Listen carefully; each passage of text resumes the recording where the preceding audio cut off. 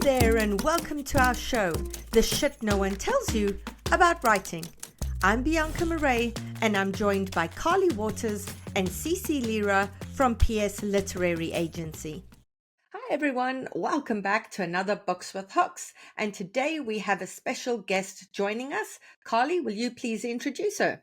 Absolutely. So we have a very special guest, and this person, I feel like I'm on Smartless podcast now, where it's like, you have to reveal who the special guest is if you guys are Smartless listeners. But I won't make this person hide themselves on camera because everybody on YouTube is already seeing who our special person is. Our person is an agent, Lauren Spieller, an incredibly talented literary agent over at Folio and Folio Junior. Lauren was actually, I went back through my emails to figure out when this was. Lauren was actually an intern of mine at PS Literary way back when. It was 2013, so a very long time ago. And just incredibly thrilled to see all of Lauren's success in the industry. So we're so glad to have Lauren on because Lauren is also an expert in something that we are not on this show, which is romantasy and romance, fantasy, science fiction, actual fantasy, all of those things that we don't specialize in the show. So we are so thrilled we could have Lauren back on the show. We've been trying to plan this for a while now, so we're so thrilled. So Lauren, welcome to our show. Thank you so much for having me. I've been really looking forward to it. Amazing. Okay, so as per usual, we're going to dive straight in. Carly's going to read us the first query letter. Dear Tisnot Ya team, thank you for all you do for emerging authors. I have learned an immense amount from your show. While I know YA fantasy isn't something Carly or CeCe usually represent, I would be honored to have your feedback on my query letter in first 5 pages below. I'm excited to send you a book of smoke, 93,000 words, my YA fantasy debut. It will appeal to fans of the dangerous hidden magic and clandestine romance in Heartless Hunter by Kristen Ciccarelli and Belladonna by Adeline Grace, and the inescapable pull of prophecy, as in This Woven Kingdom by Terehe Mafi. 18-year-old Vela is a little spoiled and a lot sheltered, and always one spark away from burning down her world with her illegal ability to wield fire. She chafes against the bounds of a rigid society, even as she struggles to keep her power hidden from herself and being thrown in prison or worse, in a nation where the only magic allowed is that of a book of great power, foretold by prophecy generations before. But her facade shatters when her village is attacked and Bella is kidnapped or perhaps rescued by a band of aeronautical pirates. For reasons he refuses to divulge, the enigmatic young captain of the aeronauts agrees to help Bella and her best friend Paget as they embark on a voyage to rejoin the safety of Bella's well-connected family. On her journey, Bella tastes true freedom, exploring both her own magic and a blossoming romance with Paget. But Bella's future hangs in the balance as the time set by the prophecy runs out and she learns that she must uncover the truth of the book or risk being caught in the net of a man who will stop at nothing to ensure its power is his alone. And when her trust is betrayed and her secrets revealed, Bella is forced to choose between the safety of her gilded cage or letting her truth burn as brightly, if as destructively, as a flame. I live in Washington, D.C., where I carve out time to write between my roles as a museum fundraiser, parent to a high-spirited toddler and slightly less opinionated infant, and caretaker of an extremely peculiar black cat. I'm a recovering theater nerd and big fan of the New York Times Games section. My professional writing has been featured in multiple Smithsonian and Historical Society outlets. Thank you for taking the time to consider a book of smoke. All my best, Ali Swislocki. Thank you so much, Carly. Can you just give us an indication there of word count before we hand it across to Lauren? All right, this one clocked in at 422 words, so we're going to hand it over to our esteemed guest, Lauren, now to give the analysis. So I want to start by saying I am also dedicated to the New York Times Games section. It is what I do every single morning as I wake up with coffee. I slowly bring my brain online by playing Wordle and all of them, really. So I enjoyed reading this, and I do work on a lot of fantasy, on a lot of romantasy, and I felt like this query had some excellent bones. We see character, we see the conflicts, we see a hint of romance, but I can say that having read probably, thousands at this point of fantasy queries, what stood out to me here is that there's not enough specificity. I wanted more that'll make it clear how your book is different from others. Because if you really boil this query down to its bones, girl with secret power is kidnapped or taken away from her family and has to make a choice if she goes back or if she develops that power. that could describe hundreds of books, maybe more. So what I really wanted to see here was more that makes your book unique. And I'm sure there is a lot that makes your book unique. It's just not coming through in the query to me. So I want more about this girl. Will you tell us that, she's, I think the words used are something like spoiled and sheltered. I kind of wanted, like, in what way? Like, is there a little more texture you could give me that tells me what that world is like? Or later on, we find out that there's this book of shadows, I think, or book of magic. What is that about? What is the book like? What is the world like? So I just wanted a little, what's her fire magic like? Is she able to like her body is wreathed in fire, or is she able to shoot fireballs, or is she able to make things set on fire? Is it a telekinetic power? Is it something that she has to bleed to do? Is it some kind of blood magic? Like, there's so many things that we don't know. And obviously a query is short. I imagine you guys talk about this, like a query letter can't be pages and pages, right? It has to be like 350 words. I usually think it's a sweet spot, but maybe a little longer. So I know there's not a ton of room to add detail, but I do think some well-placed descriptions, adjectives, just a little more meat on the bone would help this stand out to me and let me know if it's something that's going to stand out on the shelf. Because ultimately, that's really what an agent is looking for. Does this book feel like it has good editorial bones? And is it going to be something that I can sell? But again, I do think that the bones, the meat is there. I would just like more specifics. There were also some places where I found myself either a little confused or unsure or surprised. For instance, I was like, oh, the captain isn't the love interest. It's Paget. That's great, honestly, because so often the person that comes and saves or steals the girl is the romance, and we get like an enemies to lovers. But here we're actually getting a friends to lovers. And I think you could probably lean on that a little more. I actually kind of wonder if the captain even needs to be capitalized, if we need to put him so front and center, because it's almost setting up a relationship that doesn't seem as important to me. I mean, I'm sure in the book there's a reason the captain's coming through, but to me, I'd love to see the romance pushed a little bit forward. And I'd also love to know more about the villain, because we're told near the end that there's a bad guy, but we don't know anything about him. So I think with this query, it's about looking at the pieces that you need and what you're prioritizing, and also looking for ways to bring the character's personality and the details of the world forward so that I really can get a sense just from these few paragraphs of what your book is going to be like when I read it and how it's going to stand out. Thank you, Lauren. Just a question. If there is meant to be a love triangle with the captain, then that needs to be made more obvious, right? That needs to be centered more. Yeah, and I don't even know if that's the case. You might be right, but I don't know. I think if that's what's happening, then definitely we need a juicy line at the end. Is like torn between two men and two, because I think the beauty of the love triangle is that really it's not about which guy, it's about which path the main character is following, right? Like which guy she chooses speaks to the life she wants to have. So if that's the case here, then yeah, we definitely need to see that. But I think just the fact that we're not sure is a problem, right? A fixable problem. But right now, I feel like there's just a lot to get clarity on. Yeah. Lauren, I have a question for you. So they position this as YA, and then our character is 18. Can you speak a little bit about what constitutes YA in a fantasy world or in a romantasy world? Because we get this all the time where we talk about what is new adult, what is YA, and in fantasy and romantasy, I think it might be different. So can you speak to that? Yeah, I mean, I think it's like a constantly shifting goalpost, which is probably why there's not a firm answer, because otherwise you would obviously have it, right? So I think 18, when I hear teen, I'm still like, okay, probably going to be YA, though of course there are books that are adult books that have child characters, teen characters, older characters. So really, I think it comes down to audience. Who is this for? If this has a lot of spice in it, for instance, sex scenes, open door sex, I should say, then it's probably for an older audience. But then there's the question of, is an older audience going to want to read about an 18-year-old? Should you consider aging your book up? Carly, you also, I think, kind of alluded to the fact that this is a fantasy world. So it's not like she's going to math class, right? So what a teenager is in this world might be very different than what a teenager is in ours. So I think that's the other reason that it really matters what audience you have in mind.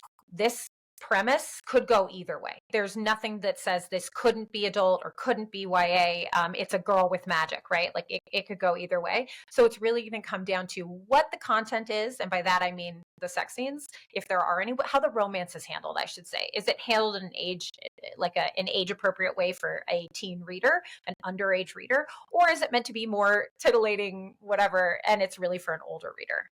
They say it's YA though, right?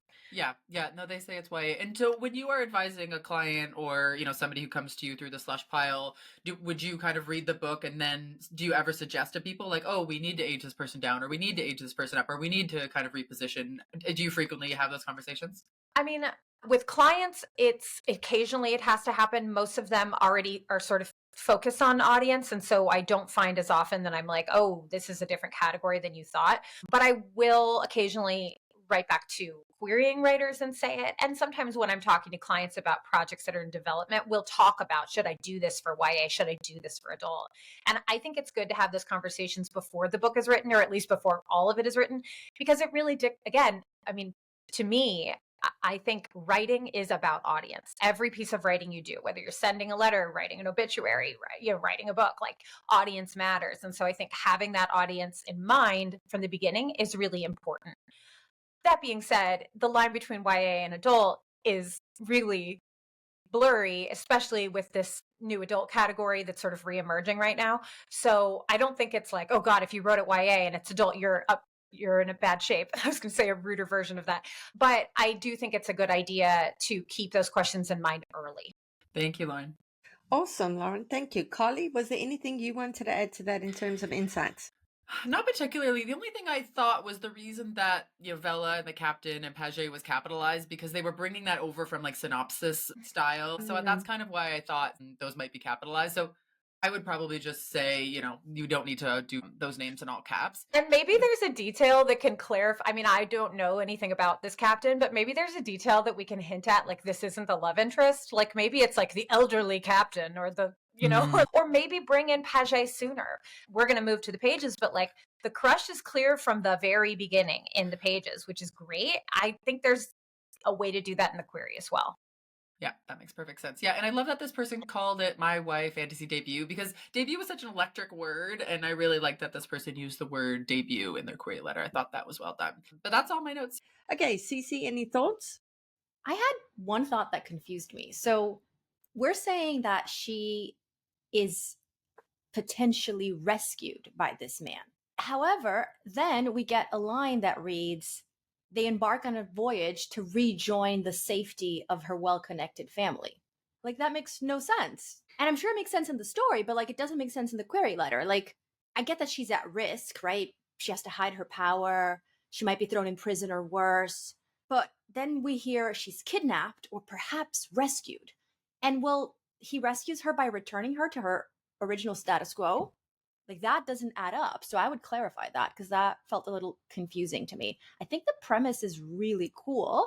I do think that, like, to Lauren's excellent point, you're doing plot vibes. You're not doing plot points. You're saying way too many things that don't actually tell me anything. You're saying things like secrets revealed, trust betrayed, without telling me what the secrets or the trust is. And if that's the spoiler, it's happening earlier too.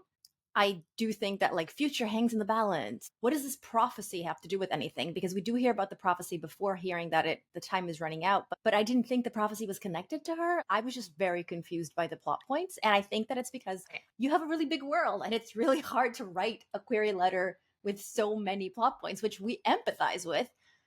But that's the job. So I think you should rework the plot points.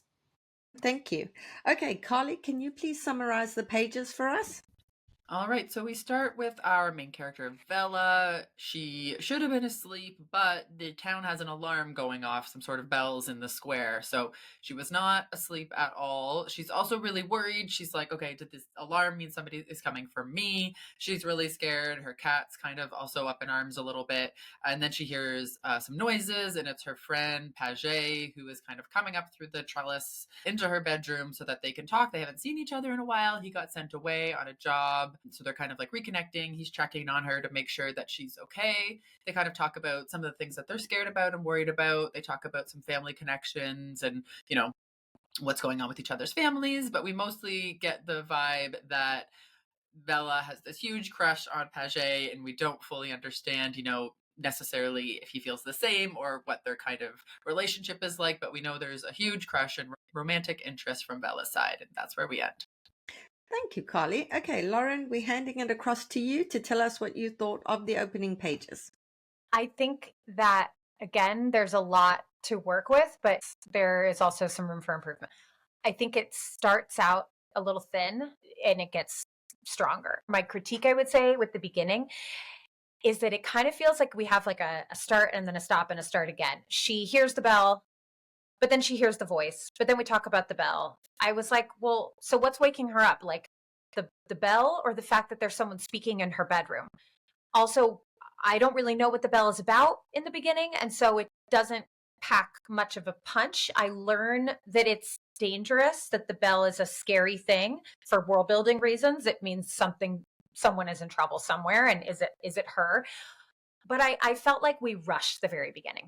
And then we get to Paget and them talking, and then the pacing kind of slows a little bit too much.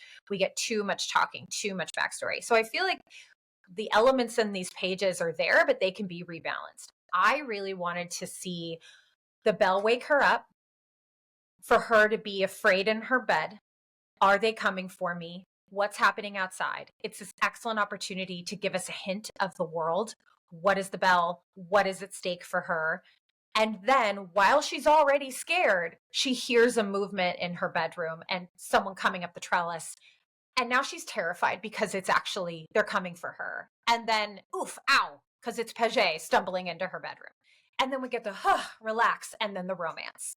So we get the world, we get the stakes set up, we get a moment with her, and then we get the love interest introduced to us. And then we can get even more of that detail because they start talking.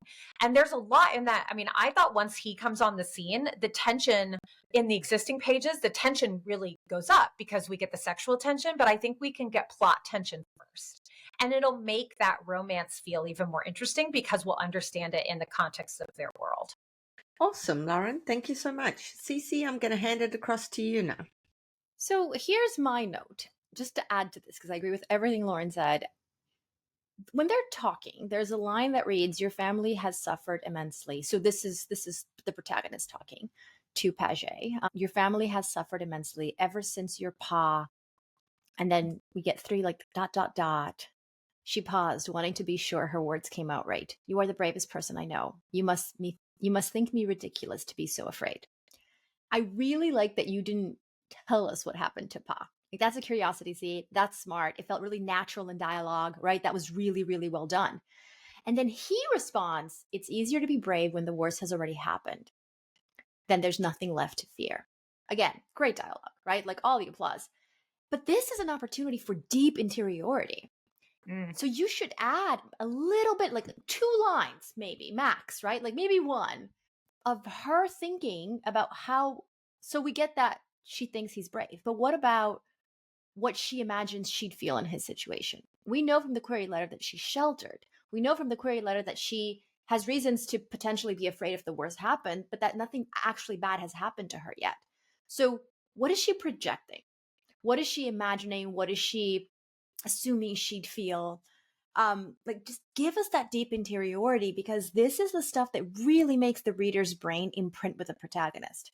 Different people would react differently to this line, to the line, "There's nothing left to fear." And someone who is sheltered, someone who's young, someone who has a crush on this guy would think very specific thoughts. And I think that this is like a missed opportunity. And I really wanted to see you go deeper, and I encourage you to do so. Thank you, CeCe. Okay, Carly, any last thoughts from you?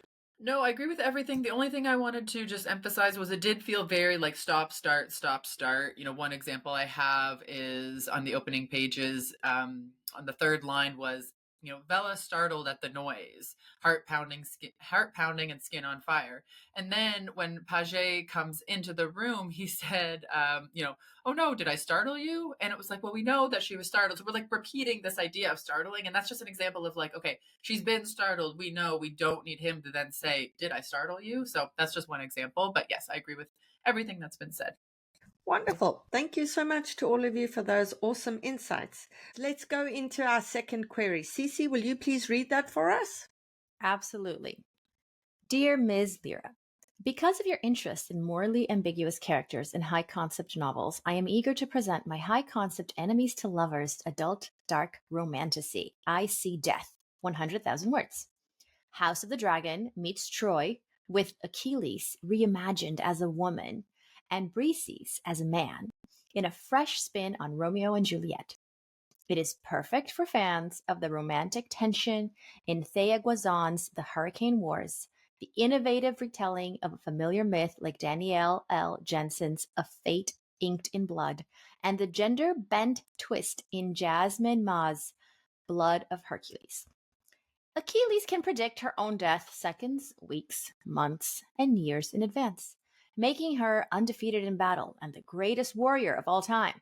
Since the war began between the dragon houses of the East and West, her dragon-bestowed ability has kept her untouchable. All she wants is to bring glory and honor to her house, to immortalize her name and her dragons, and to avenge her parents.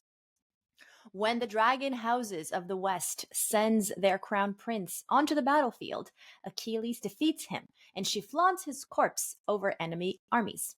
Achilles is pursued by the crown prince's bastard brother, Prince Rhises, who knocks her off her dragon.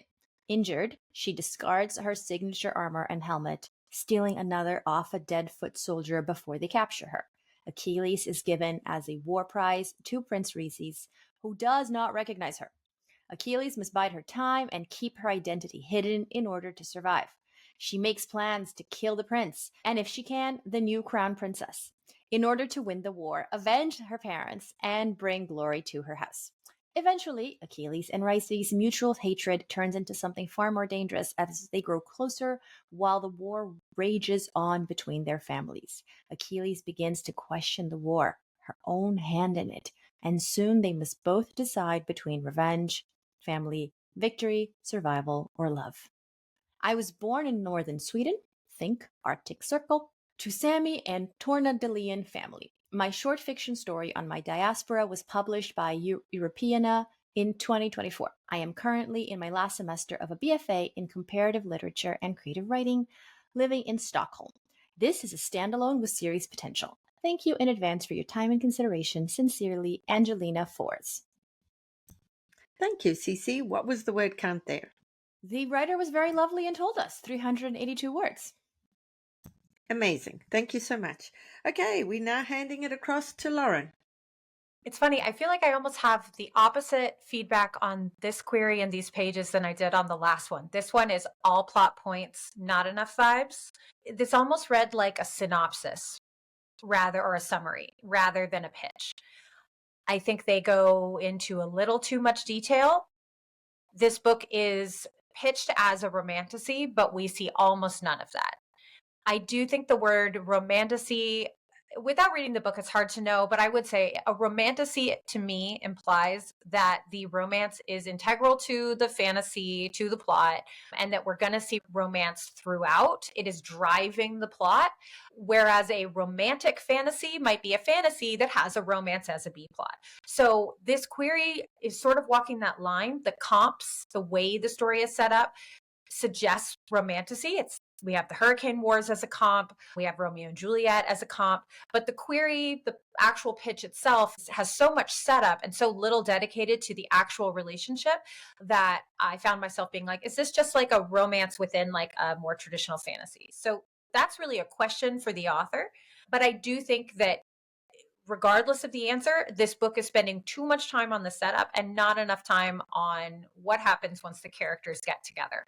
One of the places that I see that in particular is how we explain how Achilles comes to be with the prince. We get all of these details about, kills one prince, shows the body, knocked off the dragon, takes the helmet. That could all have been condensed into really one line.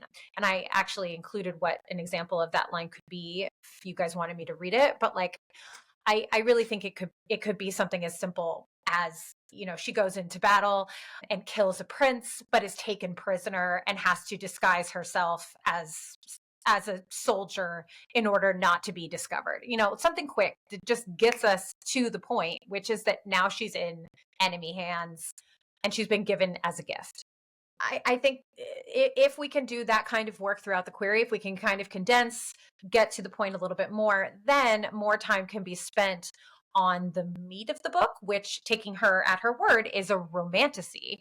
And honestly, that's the part that made it more interesting to me. I'm really curious to see how you are combining a gender swapped Achilles with Romeo and Juliet. I was a little bit like, is this too many comps? But the idea of having these like star-crossed lovers, enemies that fall for each other, but also the gender swapped Achilles, I mean, that's really cool. But I want to see more of the romance. That being said, once we get to the end, we do get some vibes that I actually felt were pretty earned because you've given us a lot of detail.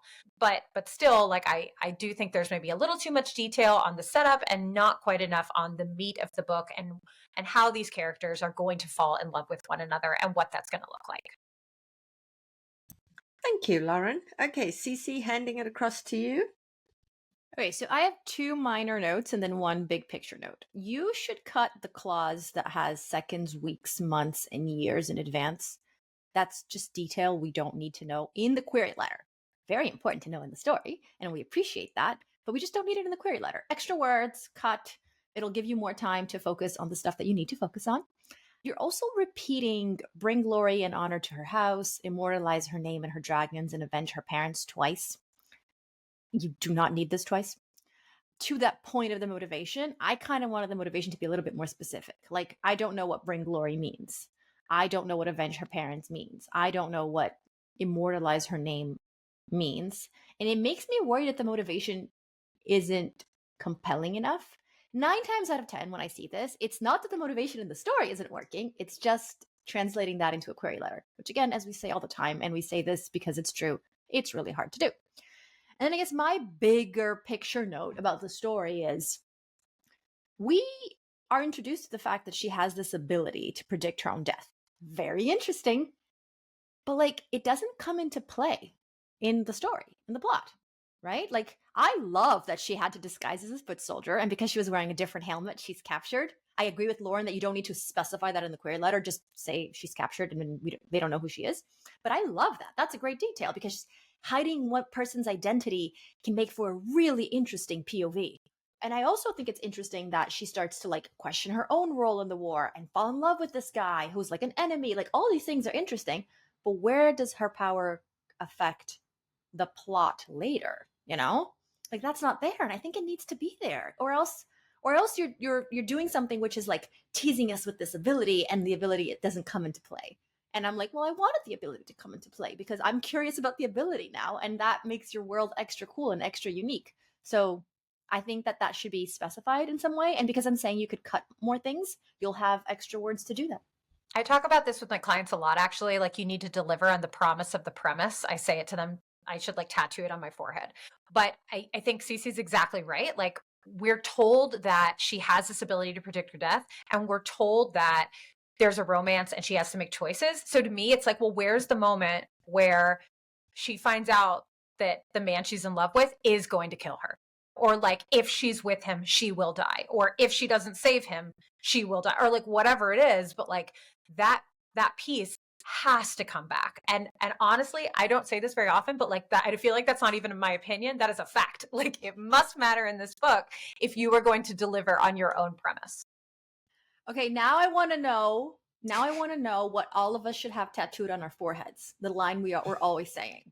Because I want my tattoo to be cool. So if you're listening to this, tell us on social media what you think Bianca, Carly, and my line should be. I thought you were saying that you want your tattoo to just say cool. It's too late. That's yours. You can't go back. Drop us a line in our socials under this episode. Go to Instagram and tell us what you think. That would be really interesting. Okay, Carly, anything you have to add to that? Yeah, I just want to throw to Lauren for a couple questions. So my first question for you is, so this is positioned, it's positioned as a lot of things: high concept, enemies to lover, adult dark, romantasy. But my specific question is, How would you categorize something as a dark romantasy? What does dark mean in the context of romance and romantasy? It's a good question, and it's not really something that's coming through in the query. Like, I don't know what they mean. To me, dark romance often refers to maybe like gray morality or a slightly less, I don't know, fit for, you don't want to talk about it in front of your parents. Like, maybe that's a mafia romance and like he kills people for a living, but he would never hurt me. Like, we see that kind of story as labeled dark romance. To me, it does not mean people die in this story because it's fantasy. People are dropping like flies all the time. So I think that's a good question, and I kind of want to put it to the author. Like, what does it mean to you? And make sure it's the same as it means to an agent. It might, given that there are so many positioning phrases, it might make sense just to cut it, unless there is something here that we don't know about.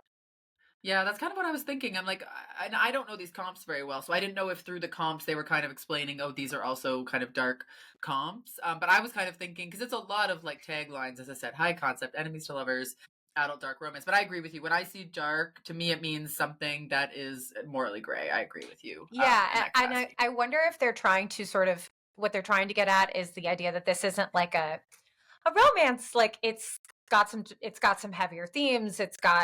There is a lot of death. Like, maybe it is a little more upmarket. It's not going to necessarily appeal to readers of some of our more like huge titles that are a little more lighthearted. Maybe that's what they're trying to get at. But if that's the case, dark is not the word. I would probably go with something more like layered, a layered romantasy. If I could make one more like nitpicky comment, but that I do think is important, Carly made the right point, or a good point here. There's a lot of positioning here, and for me, it's too much. In particular, I think there's just too many comps. House of Dragon meets Troy, Achilles, Romeo and Juliet, Hurricane Wars, A Fate, Blood of Hercules. Like, I would cut some. I think already saying like Achilles meets Romeo and Juliet is super interesting. And I like that you're telling us some books. I wouldn't do multiple TV movies. I would probably do something like House of the Dragon meets the Hurricane Wars, or for fans of House of the Dragon and the Hurricane Wars, like some combination of things, but reel it in. Because right now there's so much that it's so specific that it goes back around to being like general because there's just too much. Yeah, you also can pull some of those down lower in the query. I think it's so heavily front loaded. Yeah, I totally agree. Okay, my last question for you is, what do you think of this title? I See Death. What do you think? Not for me. It gets to the point, but like, but if this is a romantasy, like it's not in line with like genre conventions. I mean, look at the ones we have here: A Fate Inked in Blood, The Hurricane Wars, Blood of Hercules. Those have like a little more of a lyrical feeling to them, a little more of a magic feeling. I See Death sounds like I See Dead People. Like, it sounds like a very different kind of thing. I would just take a look at books in your category and try to come up with something more in line. And especially if you have an Achilles story, there are so many opportunities for like a more lyrical, compelling title that feels a little more steeped in that myth, in that story.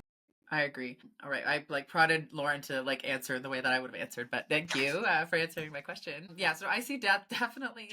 That is dark, right? So if you're trying to get at this is dark, it's dark. I can't picture the cover for this. Like, if I saw a cover that said like I See Death, like, how do you pair Achilles on a cover? Again, a female Achilles. I should say I love the female Achilles. I'm not on the record saying that. I love that. But I don't know. It's too on the nose. It's not lyrical. Yeah, those are my notes. Oh, something just occurred to me, and I think it's actually what CeCe was getting at, but said like maybe a different way. What's the Achilles heel? Like, if you're going to say Achilles, I need to know what the heel is. And that's like the whole, I assume that's the I See Dead People part of it. Like, but that I think is actually a super important thing that's missing from this query at the end, is like, you got to earn that Achilles comp. And everybody that hears Achilles, even if you don't know anything about Achilles, is like the heel. So I think I just want to like chime in. I would really like that to be a bigger part of the end, because that's the but then moment in the query that's missing. Okay, thank you. Right, CeCe, I'm going to ask you to please summarize the pages. After that, we might only just have time to hear from Lauren. We'll see how we go. Okay, so the protagonist is passing through the courtyard. Those around her are saluting to her when she has a vision of her death. So it's very clear to us that she has these visions all the time. The vision involves her being poisoned by a king. One of the servants asks, is that her? And someone else, warns them to be quiet if they wish to live. And we learn through interiority that she likes this. She likes the fear she instills in others. She continues walking towards the dragon. Midas appears, approaches her, and they talk. There's dialogue between them. She shares how the king wants to get rid of her, but she's totally in control. She has a plan and everything's going to work out. So Thank you. Thank you, CeCe. Okay, Lauren, what are your thoughts? it's almost the opposite of the last one. Like, I want more vibes. There's just a lot of plot here. And the thing that really jumped out at me is like, Achilles is a cool character. She's a total boss. She has no fear. She's in charge of all of these men. She likes that they're afraid of her. And I kind of almost hate to give this note, but like, I think we need a little more vulnerability, because you're giving us a person who cannot die because of their ability to see death. And as a result, there's no tension. I'm not worried about her. I'm not worried about any of this. But if I'm not worried, if I'm not curious, then I'm not going to keep reading. So I like that she is strong. It could be interesting to maybe have the strength she projects not be mirrored on the inside. It doesn't mean that she has to be like, oh God, there's so much pressure on me. Like, she doesn't have to be insecure, but there has to be something she is worried about. Is it a romance? Is it someone in her life who is sick and dying? Is she 100% sure that her visions will never fail? Is it that her visions aren't always easy to parse? Like, maybe it's a little more of a puzzle. But I do think we need something in these pages that brings a little bit of vulnerability, a little bit of interiority forward, that sows a tiny bit of doubt and curiosity. Because right now I was a little bit like, I feel like we're going through the motions. And because I don't care about her, I don't care about this. That being said, on a line level, very well written. I just think you need to add that character layer in. Thank you, Lauren. Carly, have you got anything to add there? As I was reading this, so I will say, first of all, I actually really liked the first line. I think, like, when we're doing the Achilles thing, like, I think this works. So she says, I always know how I die. I've seen my death thousands of times. This one was no different. I really liked that. So I think that's a keeper. All of this to say, I actually thought, as I was reading, this was very prologue-ish. I felt like this was a prologue. Just the way that, I don't know, it was kind of going back into the vision. I really would have liked that we had stayed in the scene, because when we go into the vision multiple times, she's kind of like going in and out of the vision. To me, it was kind of explaining, as if a prologue would, this fact that she has visions, and I really would have liked to stay in scene more. So to me, I think this is a sneaky prologue. I will be on record, I think, saying this is a sneaky prologue, or at least half of this is a sneaky prologue. I totally hear that. I think I'd be a little sad to lose the vision entirely, because that's where we get the magic in the scene, and it puts it in a fantasy space and not just like a historical retelling. But going in and out of it might be too much, and perhaps it shouldn't happen as quickly. Like, maybe we get more time in the now. I also kind of wanted the vision to come in at a less opportune time. Like, nobody notices. She says it's just like a split second, but like, what if something does happen? What if she trips?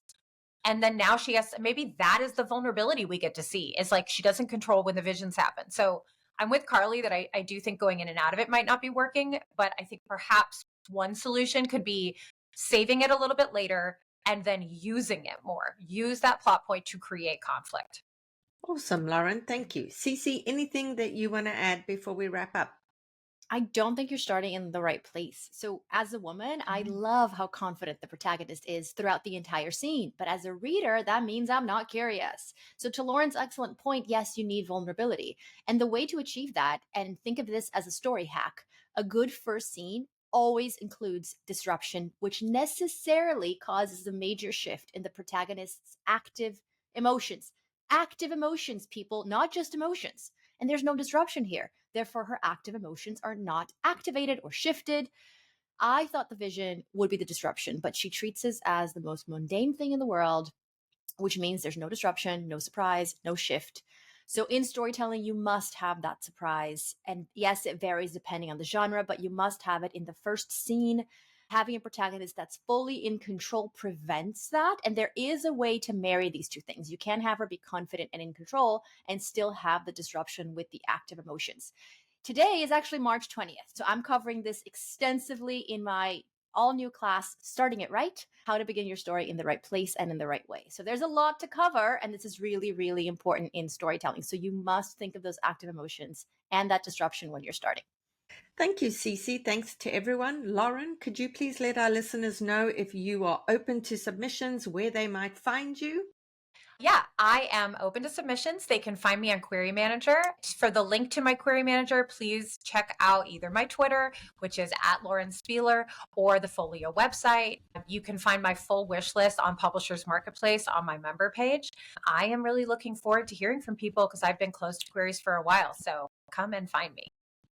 Amazing, amazing. Thank you so much, Carly, CeCe, and Lauren, for your incredible insights. And join us next week when we interview another author. Goodbye, everyone. A reminder that this is an unscripted program, and our conversations have been edited and condensed and is not a full picture of our feedback or conversation directly with each author. As always, refer back to our written notes for the fulsome picture. Carly Waters and CeCe Lyra are agents at PS Literary Agency, but their work on this podcast is not affiliated with the agency, and the views expressed by Carly and CeCe on this podcast are solely that of them as podcast co-hosts and do not necessarily reflect the views, opinions, policies, or position of PS Literary Agency. A reminder about all the ways that you can support us as a show: rate us 5 stars on Apple Podcasts, tell your writing friends about us. We'd love to help as many writers as possible.